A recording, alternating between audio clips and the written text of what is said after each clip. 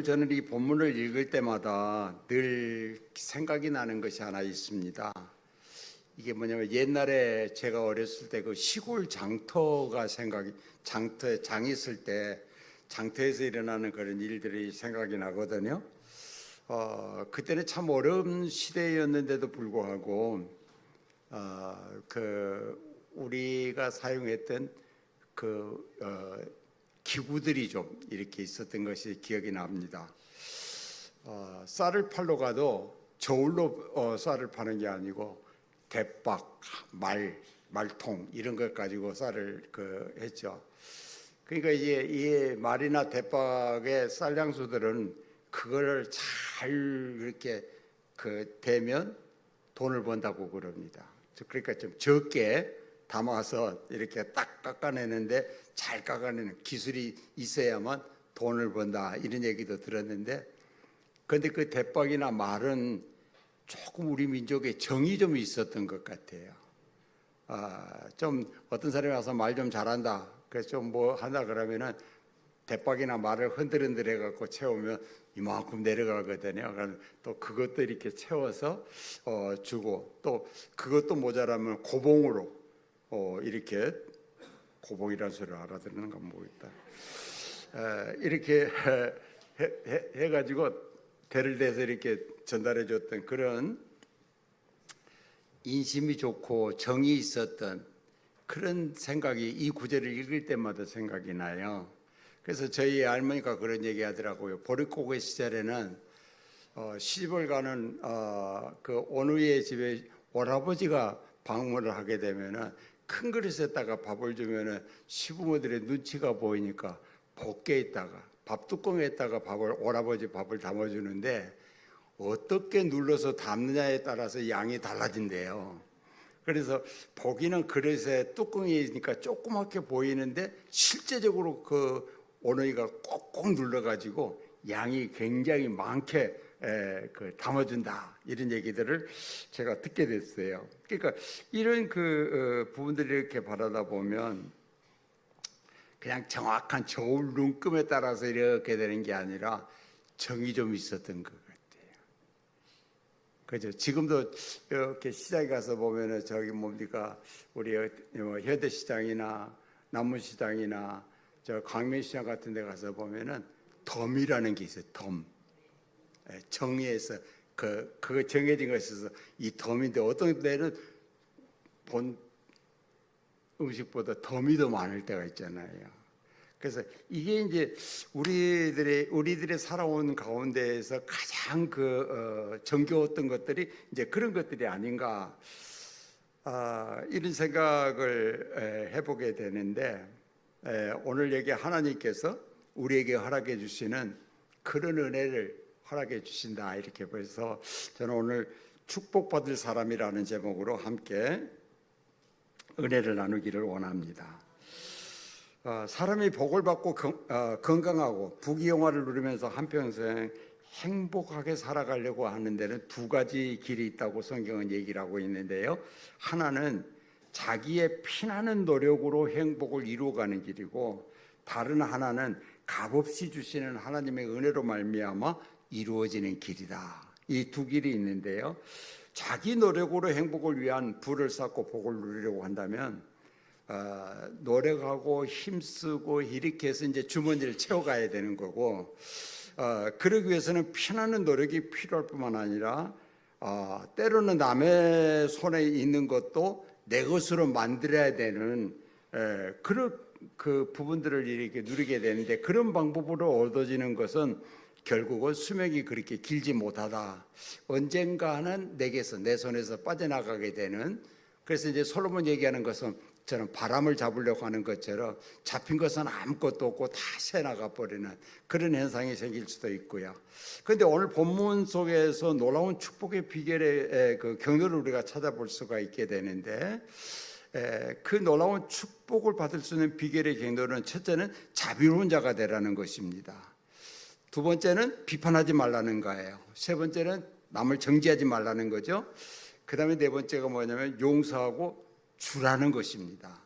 그게 하나님께서 우리에게 놀라운 축복의 은혜를 허락해 주시는 길이다 이렇게 말씀을 합니다. 그래서 여기에 하나님께서 그렇게 하는 사람은, 그런 믿음의 삶을 사는 사람은 하나님이 후하게 되어서 누르고 흔들어서 넘치게 해가지고 보자기째로 쏴줍니다. 그럼 성도 여러분, 하나님의 놀라운 넘치는 축복을 받을 사람이 누굽니까?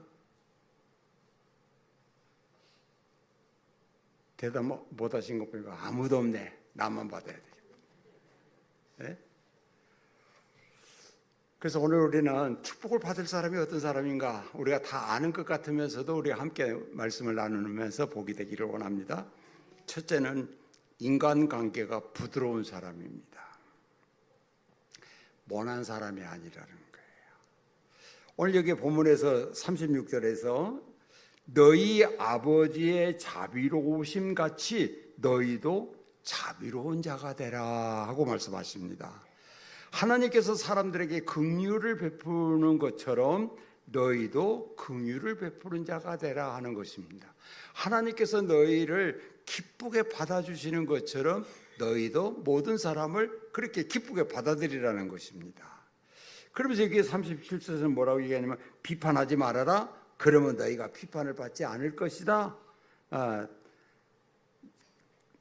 정죄하지 말아라. 그러면 너도 정죄를 받지 않을 것이다. 용서해라. 그러면 너도 용서를 받을 수 있다. 이게 이제 37절에서 말씀하고 있는 거잖아요. 그러니까 이걸 바꿔서 말씀을 드린다고 한다면은 대인관계에 있어서 부드러운 사람이 되라는 겁니다. 그래서 이런 사람들은 하나님의 넘치는 축복을 받게 될 것이라고 하는 것이 하나님께서 우리에게 주시는 약속이고, 주님이 이 땅에 계시면서 제자들에게 직접 그들에게 입술로 말씀해 주셨던 말씀이 오늘 이 본문의 말씀입니다. 그래서 우리가 남을 비판하거나 정죄하지 않는 사람, 남의 허물을 용서하는 사람, 그래서 누구하고도 좋은 관계를 맺어가는 아주 부드러운 사람, 이제는 원수를 맺지 않는 것이 아니라 맺는 것이 아니라 정말 이제는 부드러운 사랑의 관계를 갖고 있는 사람, 바로 그런 사람이 하나님의 놀라운 복을 받을 수 있는 사람이라고 말씀을 하고 있습니다. 남을 비판하고 남의 잘못을 정지하는 데 항상 앞장서는 사람에게 몇 가지 특징이 있는데요. 그런 사람들은 대부분 이런 것이 있습니다. 다른 사람을 인정해 주지 않는 자기만의 우월감을 가지고 산다는 겁니다. 그다음에 이제 비판하는 일이 많아지게 된다는 것이죠. 불평하는 일이 많아지게 되는 거예요. 여러분, 밖에 나가면 더우시죠? 그럼 지금은 더운 철이에요. 더워야 정상이요. 더워서 정상인데 아이고 더워 죽겠네, 이런 사람 많아요. 그죠? 그다음에 이제 그렇기 때문에 이제 정신적으로 욕구 불만이 많다는 거예요. 여러분, 이게 이제 좀 더 지나가게 되면은요 정신병원에 가야 돼요. 그래서 이런 사람들은 이제 정서적으로 불안하다는 것입니다. 불안정한 사람. 이런 사람들이 실제적으로 남을 비판하기 쉽고 남의 잘못을 정지하기 쉽고 또 그런 일들을 하는데 앞장서는 사람. 여러분 한번 생각을 해보세요. 우리는요, 누가 긍정적이고 좋은 얘기를 하면 그것에 대해서 꼬리를 물어갖고 발전되는 얘기를 하는 사람은 별로 없어요.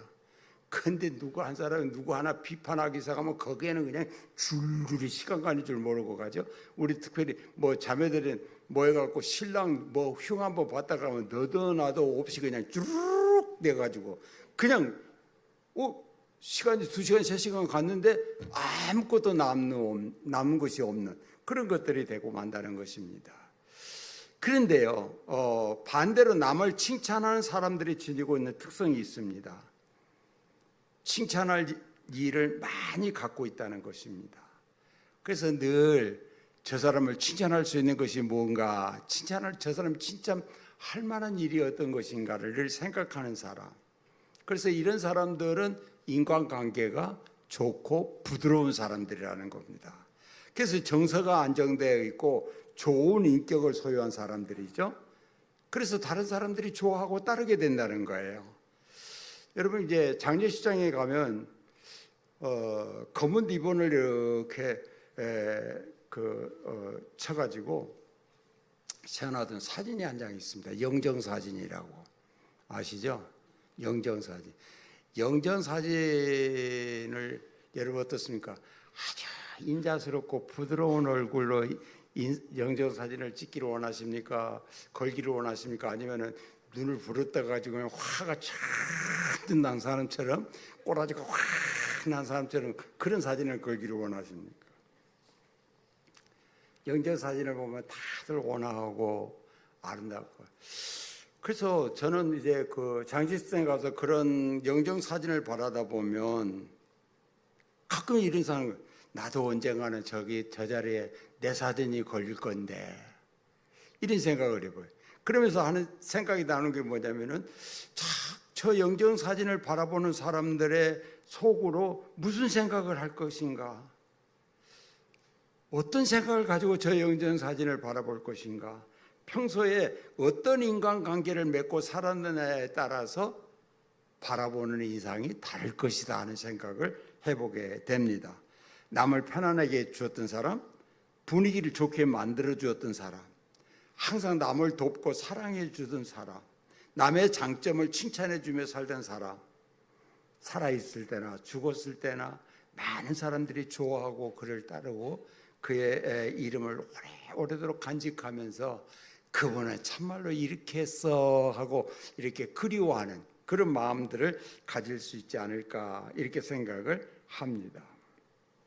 그래서 오늘 우리는 하나님의 놀라운 은혜를 입고 축복을 받을 수 있는 사람이 누구냐? 한마디로 말하면 예수 닮은 사람이거든요. 근데 우리가 예수를 닮을 수 있냐고요. 그렇죠? 작심삼일이라고 내가 아침에는 오늘 나는 예수님처럼 살아야지.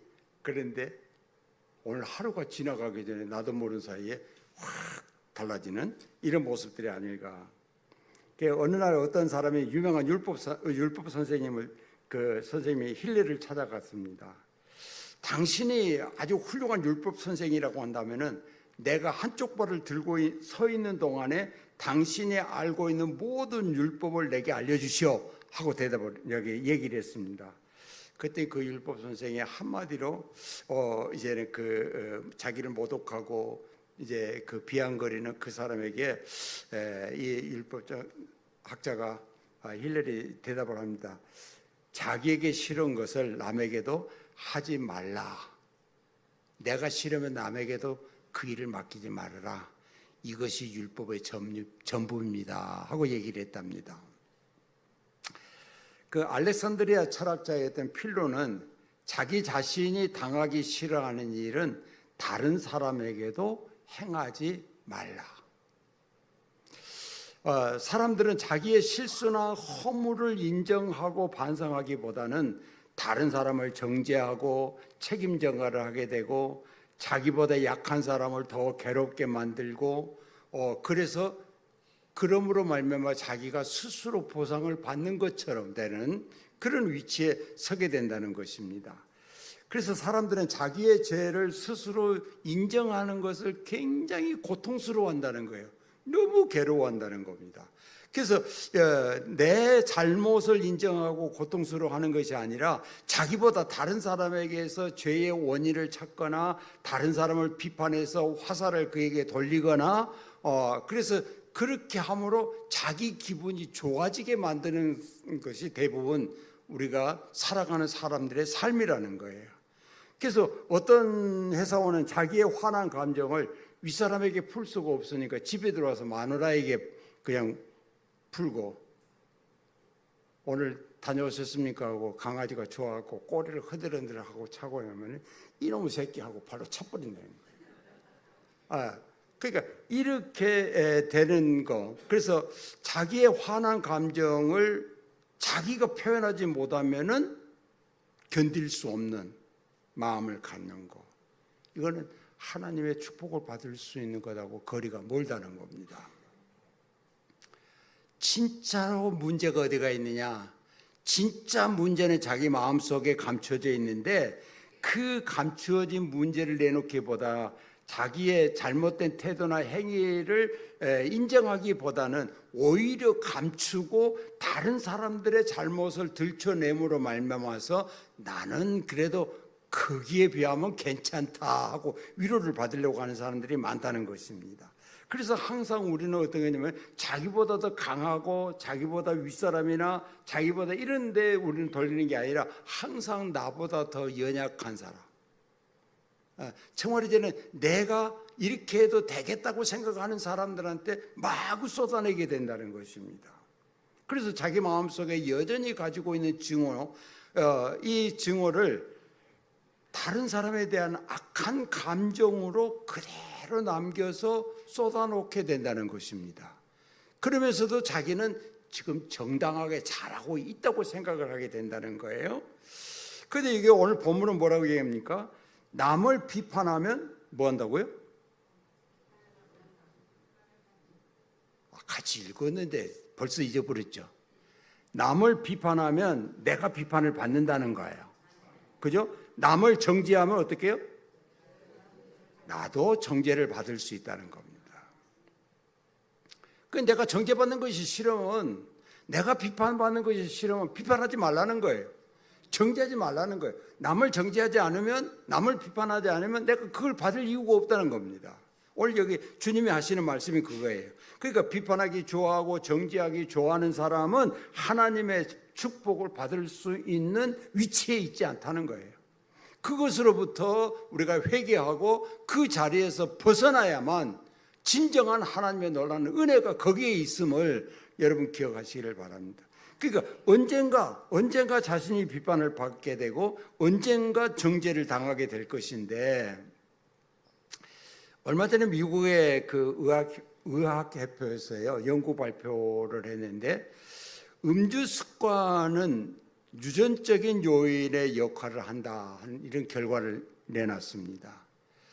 술을 많이 마시는 부모가 자식을 낳게 되면은요, 그 자식들도 술을 많이 마시게 된다, 이런 결론이 나왔다는 거예요.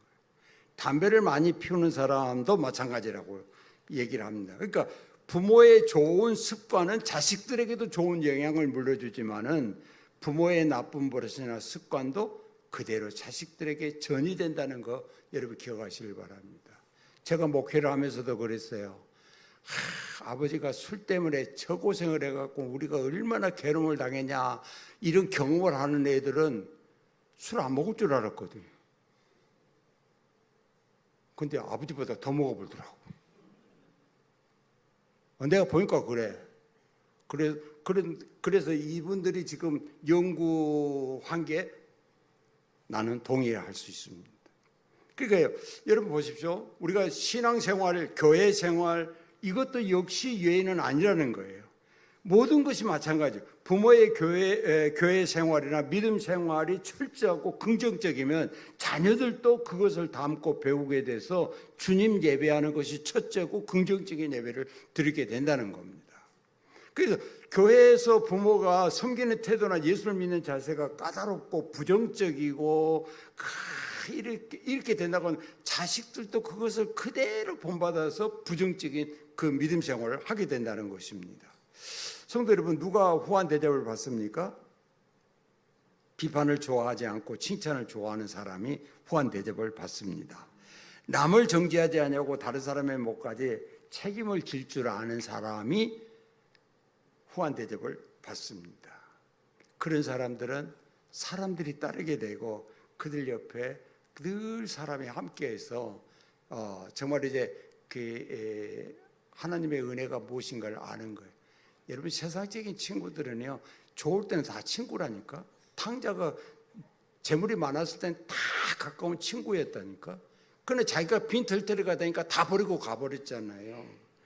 그렇지만은 주님께서, 하나님께서 우리들에게 친구가 되어주신 건 뭐예요?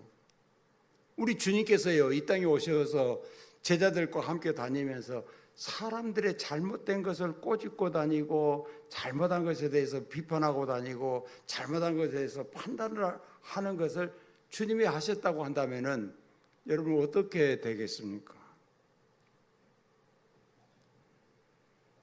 주님이 이 땅에 오셔서 사람들의 연약하고 잘못되고, 그죠? 음란하고 타락하고, 그러니까 유대인들, 거룩한 유대인들이 생각할 때는 개처럼 여긴 이방인도 주님은 사랑하고 그를 받아주시고, 그죠? 말 상대도 하기 싫어하는 사마리아인을 주님은 만나셔서 하나님 예배하는 방법이 이거야 하고 가르쳐서 그 영혼이 하나님께로 돌아오게 하고, 그러니까 예수님께서 이 땅에 오셔서 정말 이제는 그가 하나님을 예배하고 하나님의 말씀에 아름다운 것을 드러내는 삶을 사셨기 때문에 오늘의 우리가 2000년이 지난 지금도 그분의 가르침이 옳습니다. 그분의 가르침이 맞습니다. 그분의 영광을 우리가 찬양하며 예배를 드리게 되는 거예요. 그런데 예수님이 이 땅에 오셔가지고 남들 비판이나 했다고 한다면 우리가 그 주님을 섬기겠습니까? 그 주님을 예배한다고 우리가 모여 있겠습니까? 그럴 수 없잖아요. 그래서 우리 주님은 이 땅에 오셔서 비판과 정죄보다는 사람을 용서하는 것을 가르치셨죠. 비판과 정죄는 인간성을 경직시킨다고 하는 거 여러분 기억하시기를 바랍니다. 그래서 어떤 사람이 하나님의 축복을 받을 수 있는 사람이냐? 마음이 어떤 사람이라고요? 부드러운 사람. 안 잊어버리려면은 따라서 한번 해보세요. 부드러운 사람. 마음이 부드러운 사람. 그러니까 왜 그래가 아니라 우리 잘못하면 왜 그래 그러잖아요. 그러지 않은 것. 마음이. 두 번째는요, 자비로운 사람의 축복을 받았습니다. 36절에서 너희 아버지의 자비로우심 같이 너희도 자비로운 자가 되라 하고 말씀을 했고요. 마태복음 5장 48절에서는 하늘에 계신 너희 아버지의 온전하심과 같이 너희도 온전하라 이렇게 말씀하셨어요. 야고보서 2장 13절에서는 이렇게 말씀하십니다. 긍휼을 행하지 아니하는 자는 긍휼이 없는 심판이 있으리라. 긍휼은 심판을 이기고 자랑하느니라. 긍휼이 베푸는. 시편 18편 25절에서는 자비로운 자에게는 주의 자비로우심을 나타내시며 완전한 자에게는 주의 완전하심을 보이시며 이렇게 얘기를 하고 있습니다. 이게 뭡니까? 오늘 본문에서 말하고 있는 것처럼 흔들고 넘치도록 축복해 주시겠다 하는 말씀이에요. 그러니까 이 넓은 긍휼을 베풀고 자비로움을 베푸는 사람들에게 이런 은혜를 베풀어 주신다는 것입니다. 미국 뉴욕에 이제 공항이 한 서너 개 있어요. 그런데 그 공항 위에 라가디아라고 하는 이름을 갖고 있는 공항이 있습니다. 이 공항의 이름이 뉴욕의 99대 시장을 역임했던 그 필레로 라가디아라고 하는 사람을 기리기 위해서 그 라가디아라는 공항이 이름을 갖고 지금까지도 있는데요. 여러분 잘 아시는 대로 KF 여기 케네디 공항이 뉴욕에 있잖아요. 그래서 이 사람의 이름을 딴 것입니다. 그런데 이 라가디아라는 역대 그 뉴욕 시장 중에서 가장 덕망이 높은 사람이 바로 이 그 라가디아라는 사람이었다고 합니다. 그래서 그의 일화가 있는데 여러분도 잘 아실 거예요. 한 노인이 배가 고파서 상점을 지나가다가 빵을 훔쳐 먹었어요. 그러다가 그게 들켜가지고 법원에 왔어요. 그런데 이 라가디아가 재판관에 이제 그 직결 재판부에 판사로 있을 때 직결 심판을 내립니다. 그래서 이 빵을 훔쳐던 노인에게 정말 이제 빵을 도둑질하다가 체포됐느냐 그러니까 노인이 그렇다는 겁니다. 왜 훔쳤느냐 그래서 노인이 울면서 대답하기를 배가 너무 고팠는데 지나가다가 나도 모르게 빵에 손을 댔습니다. 제가 죽을 죄를 지었습니다 하고 얘기했더니 이 라가디아 이 재판관이 당신은 우리나라 국법에 따라서 10달러의 벌금형에 처합니다 하고 판결을 했어요. 그러니까 주위에 있는 사람들도 깜짝 놀란 거죠. 배가 고파서 빵을 훔쳐먹은 사람에게 10달러 벌금을 내라고 하니까. 그런데 그 이후에 이런 얘기를 합니다. 10달러, 이 재판까지 10달러짜리 지폐 한 장을 딱 내놔두면서 그 오늘 벌금은 제가 내겠습니다.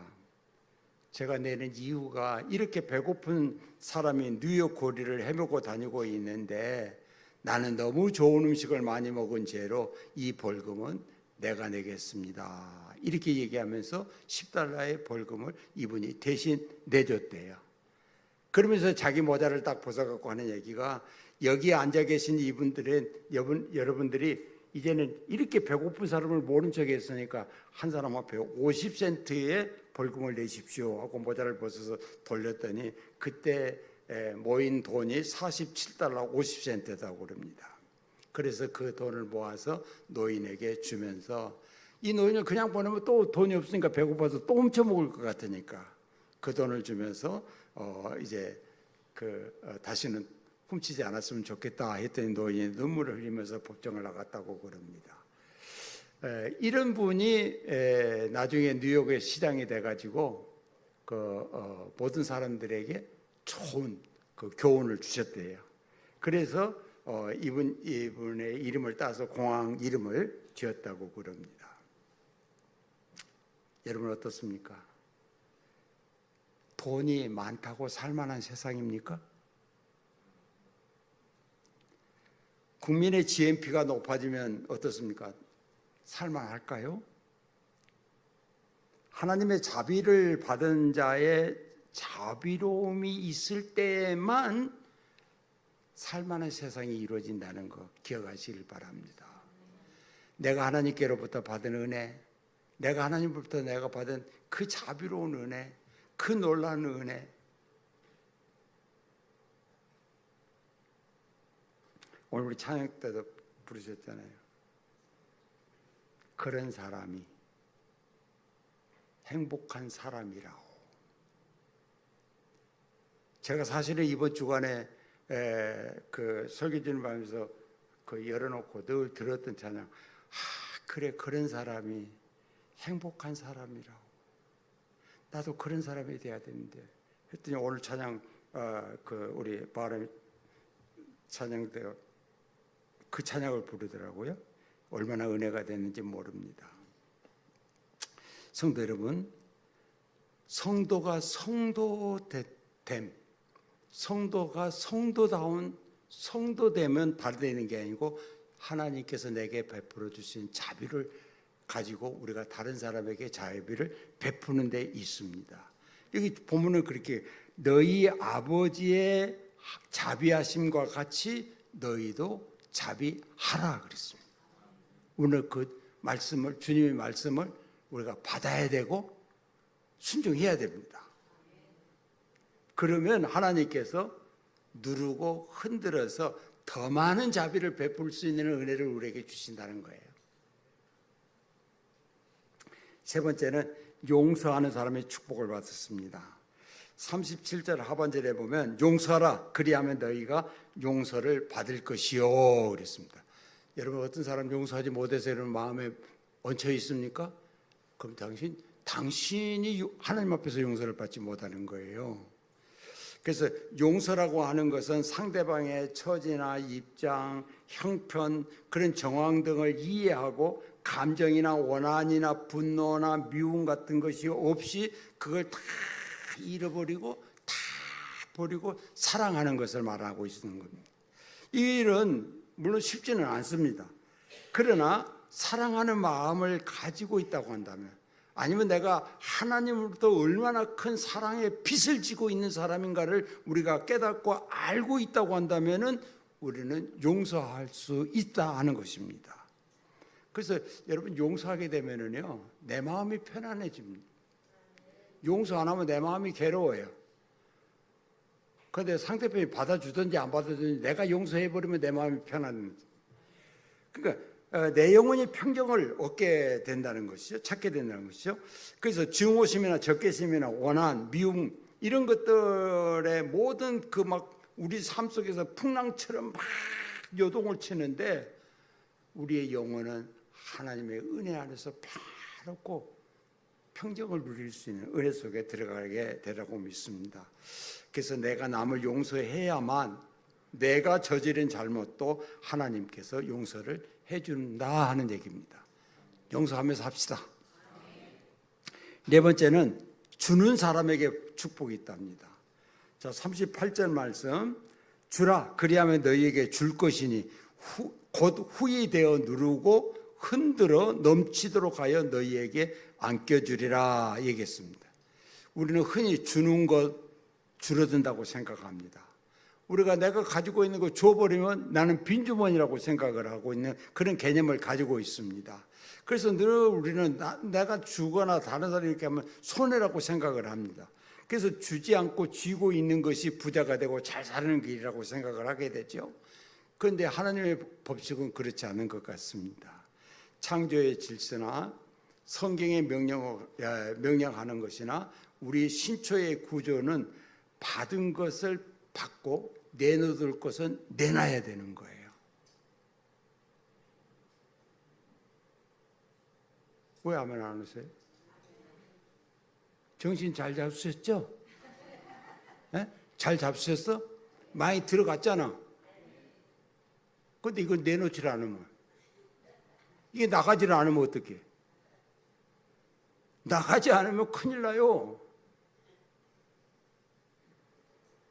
그러니까 우리는 줄 것은 주고 받을 것은 받고 내놓을 것은 내놔야 되는 거예요. 그게 받기만 한다고 다고다고 해갖고 거머리가 또꿀또꿀해지는 것처럼 다고다고 한다고 잘 사는 게 아니라니까요. 잘 먹고 잘 내놔야 그러니까 영양 공급을 받고 배설 작용을 잘 해야만 강건하게 된다는 거예요. 오전에도 얘기했지만 물은 자주 퍼내고 길러내고 내버려야 좋은 물, 깨끗한 물, 신선한 물이 나오게 된다는 것입니다. 그래서 주라, 주되 어떻게 주라고요? 거저 주라는 겁니다. 거저 주라. 그러니까 사도행전 20장 35절 말씀에 보면 주 예수께서 친히 말씀하신 바 주는 것이 받는 것보다 복이 있다 하심을 기억하여야 할지니라. 성경에 보니까요, 우리가 다른 사람에게 돈을 빌려줘도 이자 받지 말라 같더라고요. 그래서 제가 그 말 따라서 조금 해봤는데 나중에 돌아오는 것은 그렇게 안 돌아오더라고요.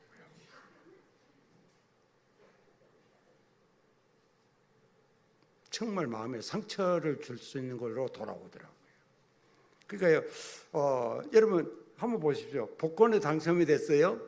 없는 돈이 생겼죠. 그랬더니 부부간에 이혼하네, 사내 만에하고 이혼하는 사람들 많습니다. 복권 당첨됐고 돈이 생기니까 형제들이 달라고 부모님들 달라 일이 여기저기서 달라 그러니까 그것 때문에 관계가 다 깨지는 사람들이 굉장히 많다는 얘기 들으셨잖아요. 그러니까 돈이 많다고 행복한 거 아니라는 거예요. 그런 사람들은 오히려 복권 당첨이 안 됐어야 되는 거예요. 그래야 복인 거예요.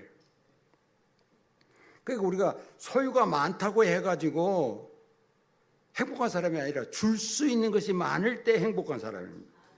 그래서 하나님의 말씀에 순종하는 사람은 어떤 사람이냐? 주는 사람이고 복을 받을 수 있는 사람이라는 거예요. 그게 복이라고 하는 것은 꼭 물질의 복만을 말하고 있는 건 아니잖아요. 더 중요한 영적인 복도 있습니다. 그래서 우리가 이 두 가지 축복을 다 받아야 되는데 복 받기를 원한다고 한다면 우리는 인간관계가 부드러운 사람, 정말 이제 우리가 자비로운 사람, 용서할 줄 아는 사람, 주고 베풀 줄 아는 사람이 되어야만 하나님의 놀라운 축복을 받을 수 있는 사람이라는 것을 여러분 꼭 기억하시길 바랍니다.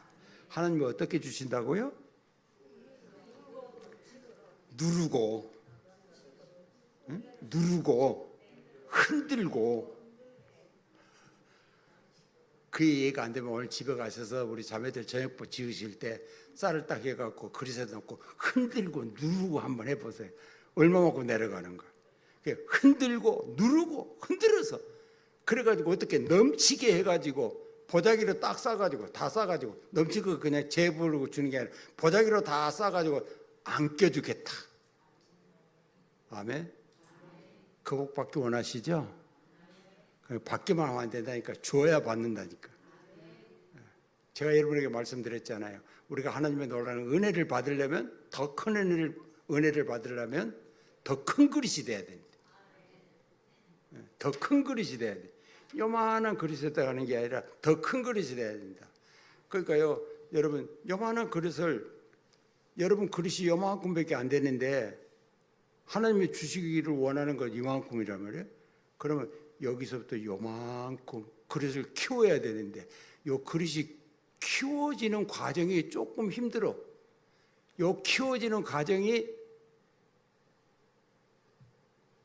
그러니까 스텐 그릇을 만드는 사람들은 그거 보면 그랬잖아요.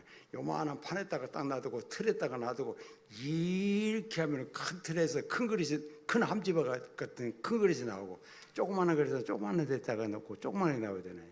그러니까 그 그릇이 늘어나야 되거든요. 늘어나는데 좀 힘들다니까.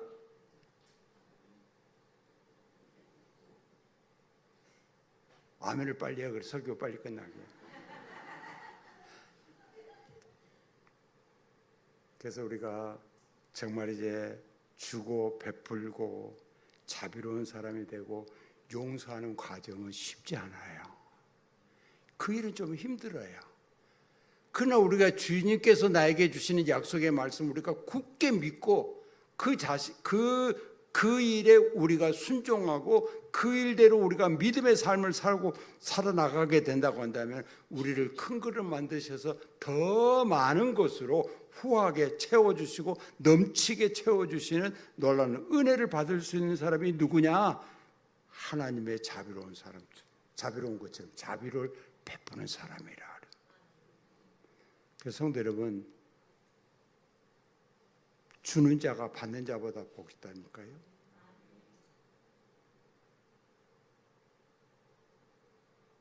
아멘.